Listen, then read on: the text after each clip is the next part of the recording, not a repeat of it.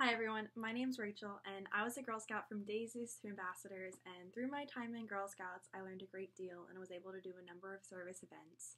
I love giving back to the Girl Scouts community, so today with this video we're going to go through your 5 senses.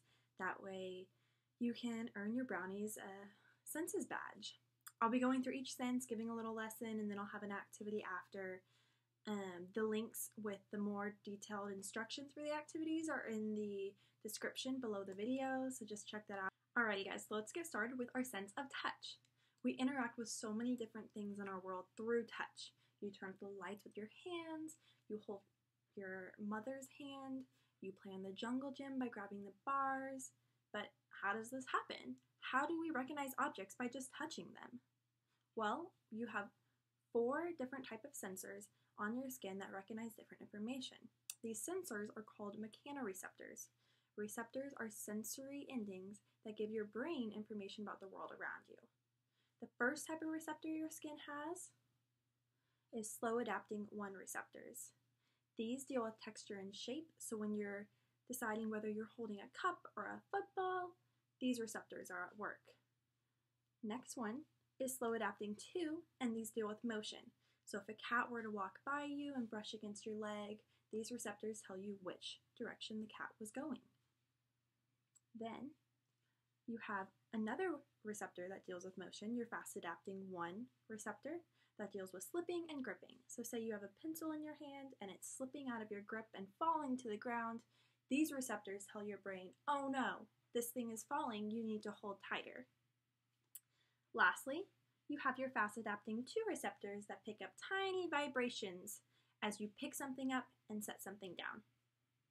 So, now that you know so much about touch, let's talk about what scientists are learning about today in science. In a study with cats, rabbits, and mice, researchers looked at the pleasant emotional feelings you get with gentle touch. They believe that this happy feeling is due to another type of receptors on our hairy skin called CT receptors. They're currently trying to figure out where this information travels through the brain, and they also believe that these receptors may make painful experiences less painful. In mice, researchers found that the pleasant reaction depended on the type of hairy area that was stroked. It seemed like each type of hair had a different type of CT receptor. Isn't that crazy how our body has so many different pieces giving us all kinds of different information about our surroundings? So, in your activity, you'll be using your slow adapting 1 receptors that pick up texture. You will use glue to write your name in Braille. Braille is a type of language used by those who are blind, where each letter is a combination of raised dots. You'll be able to feel what it is like to read Braille. So go ahead and use the link below the video for more instructions, and you can go ahead and pause the video and enjoy your activity. So what about your tongue? How is it that some foods taste salty and some sweet? Well, everything has a chemical feature that helps your tongue recognize what it is. These chemicals are called tastants, and they dissolve in your saliva and are picked up by receptors on your tongue, much like how we talked about your touch receptors. Now, if you look at the tongue of the person next to you, you'll see these tiny little bumps on their tongue. Those are called papillae, and they contain your taste buds. Your taste buds will detect sour, bitter, sweet, and salty tastes. The perception of your flavor relies on more than just your taste buds. It relies on your sight and smell too. This is because you have expectations of what certain food look like and what good food smells like. Now, if the food in front of you doesn't look like that or smell like that, then your brain recognizes it as an unpleasant flavor. So, have you ever heard about taste buds before? Well, if you have, then you've probably learned about mapping of your tongue, or you've done an activity much like this one. Well, scientists today are trying to debunk that myth that your tongue is divided into sections based on taste. In a recent study, results showed that every region of your tongue showed at least moderate sensation to each taste. This shows that there are receptors for every taste all over the tongue. The study confirmed that there isn't one spot on your tongue that detects a certain taste over another. The study also showed that the older you get, the less taste buds you have, because they aren't replaced as quickly. Now, another study looked at the connection between your sense of smell and your sense of taste. They found that your taste pathway of your brain was turned off during training with different odors.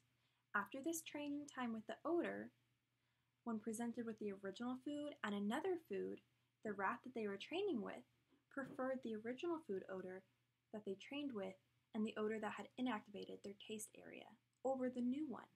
Well, this shows that both your taste and smell influence each other and how you perceive food. It's not that one controls the other, it's that they work together. So for this activity, you're going to try a couple different food items, see what they taste like, get your reaction, and then you're going to take this thing called a miracle berry, and it's going to confuse your taste buds. So after you take your miracle berry, you're going to try all the foods again, and then see what you taste now. Should be fun, so go ahead and pause the video and enjoy the activity. Alrighty guys, so go ahead and take a deep breath through your nose.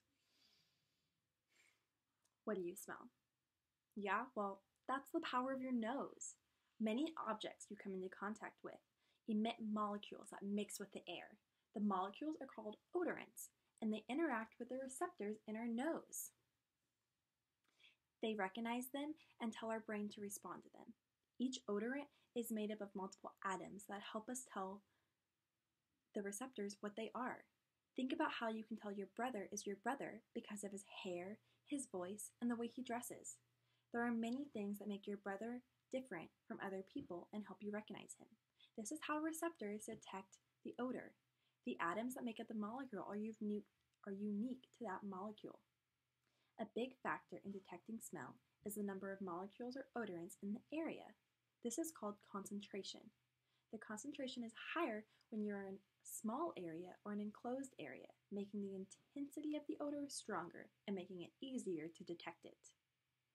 Now also, the more smells you come into contact with, the easier it gets to tell the difference between them because your brain learns the differences.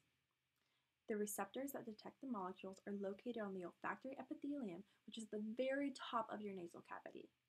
The signals from these receptors are taken to your brain on a tract called the olfactory nerve. Now, get this. Your response to smell is due to the interaction of about 350 olfactory receptor neurons. Isn't that crazy? So, now that you know so much about smell, let's talk about what scientists are learning about today.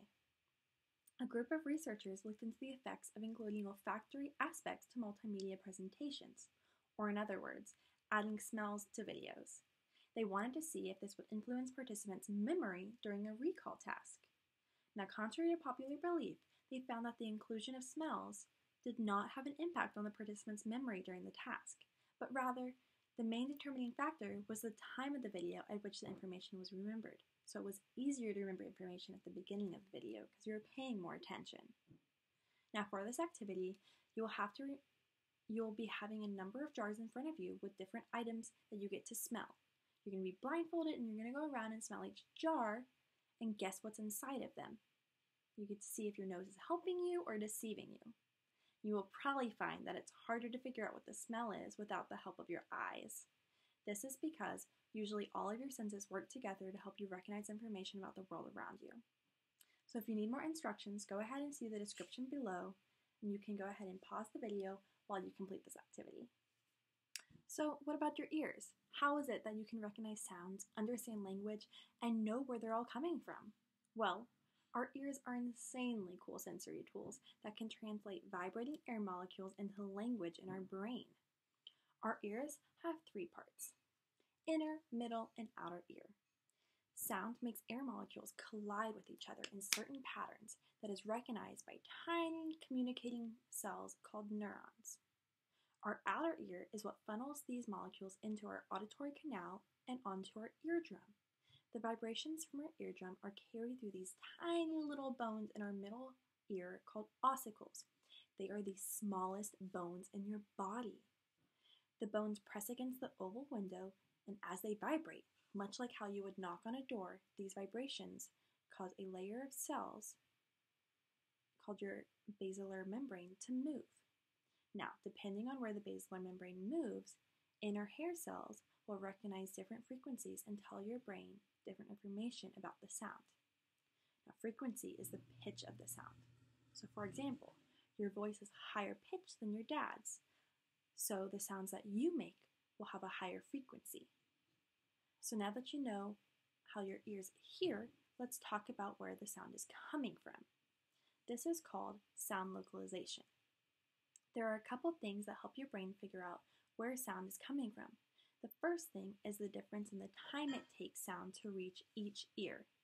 If the sound is coming from your right side, then it will reach your right ear first. This tool works best for low frequency sounds. The second thing is the difference in volume of the sound that reaches each ear. This tool works best for high frequency sounds. There's a difference between each ear because your head blocks sound waves and creates what's called an acoustic shadow. This means that sound coming from your left will be louder in your left ear because your head is blocking your right ear. Now, if you were to close your eyes, sometimes it's hard to tell if a noise is coming from straight in front of you or straight behind you because it takes the same amount of time to reach each ear and the loudness is the same for each ear. Your eyes help your ears figure out sound localization. Lastly, the shape of your pinna gives your ears information about the elevation of how high or low the source of sound is coming from. So now that you know so much about hearing, let's talk about what scientists are learning about today. A group of researchers looked at how sound localization ability differs among age groups. Are adults better at identifying where sounds are coming from, or do kids surprise us? Well, they found that children of the age of 5 perform about the same as adults on sound localization tasks, but children of the age of 4 performed a lot worse. This means that a lot of development with understanding the difference between the information from each ear happens during that year. In another study, researchers looked at sound localization and how it differs depending on when children receive their cochlear implants. Cochlear implants are devices that are put in a child's inner ear that helps them hear. The study showed that sound localization is better if cochlear implants are set up earlier in life, preferably before the age of 2. So now, for this activity, you're going to learn more about sound localization. You're going to set up in a circle and you're going to need a volunteer in the center that's blindfolded. This blindfolded person's going to point and tell where sound is coming from based on who is clapping around the circle. Maybe harder than you think. So for more instructions, go ahead and see the link below and have some fun. Go ahead and pause the video. So now you've learned about 4 of your 5 senses. But how have you been watching this video the entire time? With your eyes. Your eyes are some insanely cool sensory organs. They turn light waves into the objects you perceive. Light waves travel through the lens at the front of your eyeball and hit your retina. Your retina is the area in the back of your eye that contains photoreceptors. Like we talked about earlier, photoreceptors are receptors that identify light and send information about it to your brain. Now, the area that you see is called your visual field. Information and light from your left visual field ends up traveling to the right side of your brain through the optic nerve and tract. In addition, your right visual field information is taken to the left side of your brain. Information is different depending on if you're using the light from one side of your visual field or both. Using information from only one eye is called monocular vision. Monocular depth cues that help you perceive depth information with just one eye include partial occlusion, relative size, converging lines, and shadows. Partial occlusion happens if one object partly covers another. For example, if you put a pin over a piece of paper, we know from experience that paper doesn't now have a pin-shaped hole in it, but rather the pin is just resting on top of the paper. Now, relative size tells you that objects that are bigger in your visual field tend to be closer to you. Converging lines tell your brain that 2 parallel lines, meaning 2 lines that are the same distance apart, seem to come together or converge as they get farther away from you. Shading is helpful because our brain assumes that light comes from above and hits curved surfaces. The difference in the light and dark is described as shading and gives your brain an idea of depth. Using information from both eyes is called binocular vision and helps you see things in 3D through binocular disparity. Binocular disparity means that your brain uses the information from both eyes to create a picture of your surroundings. That information from each eye is different because of the different places your eyes are on your face. It's your brain's job to sort through this and combine it into one single image. Now, today's scientists are looking into differences in visual attention across ages of kids from 7 to 17 years old.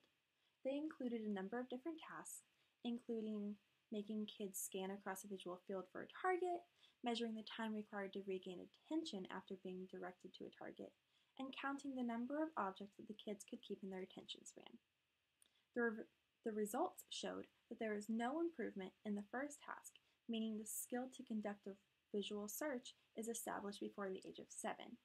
The amount of time it took to regain attention got smaller as the kids aged, and in addition, the older kids were able to keep track of more objects in their attention than the younger kids. So, for the activity for this sense, you'll go through their website below and look at all the different cool optical illusions and explore that. It's really neat to let your eyes trick you sometimes, so have some fun with it. They're really neat. Go ahead and pause the video and have fun. Ta-da! You've done it! Well, now you've learned more about your 5 senses and you've earned your Brownie Senses badge. So I hope you had fun while doing it, and thanks for watching.